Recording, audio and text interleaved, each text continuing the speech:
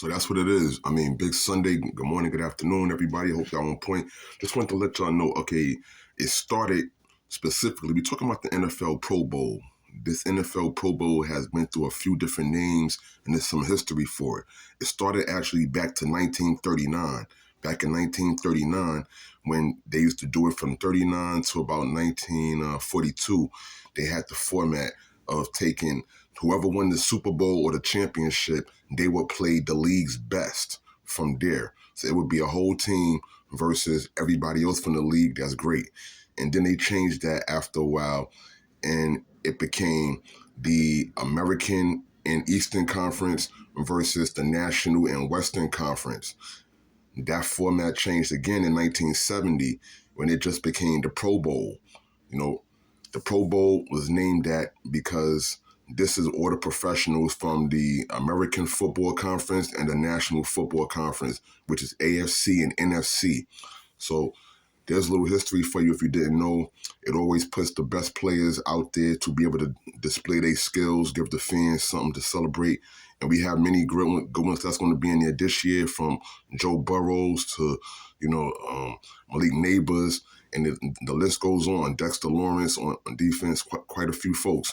People that were eliminated that didn't make this far to the Super Bowl because they did not want players to be hurt and not play in the Super Bowl. So the format also changed because up until about 2010, the Super Bowl used to be before the Pro Bowl would get played. So this way people can play. They won't have to worry about getting injured. Then that format changed again, and it made the Pro Bowl move to a week before the Super Bowl. So this took people out of contention because they had to be healthy enough to play in the Super Bowl itself. So now you know you can't say Don Boy 718 ain't putting y'all on a good game. On to the NBA right now. I mean, these trades that just happened last night and over the weekend with Luka Doncic and Anthony Davis from the LA Lakers.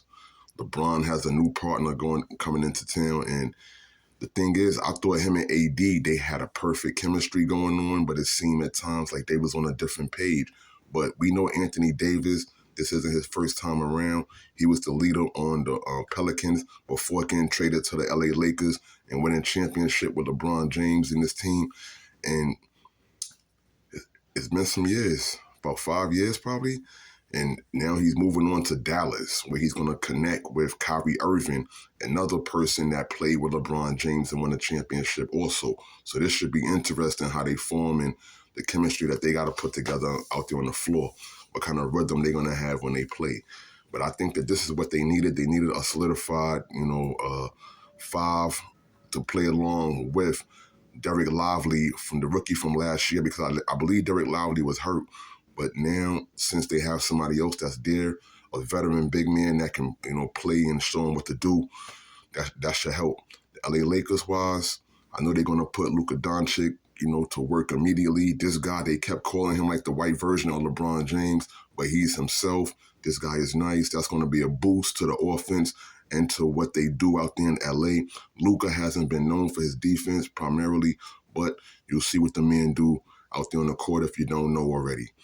I'm pretty sure Kyrie Irving and the team would miss him, but some folks already speculated when Kyrie was there, when he first made his way to Dallas, that this is part of the departure for Luka Doncic anyway.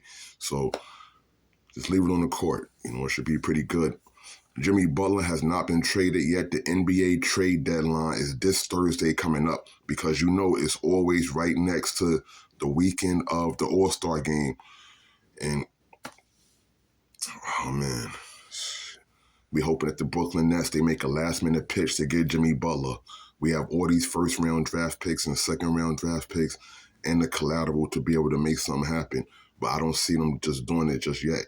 Maybe it might be a last-minute pitch because the Phoenix Suns, they starting to seem disinterested in picking up Jimmy Butler. Man, the NBA, what does it come to now? Players don't stay on teams as long as they used to. But you already know Dorian Finney-Smith, who helped the Lakers win last night in their blowout against the New York Knicks. He was traded from Brooklyn to LA. And Who else put in work? D'Lo put in work last night for the Brooklyn Nets.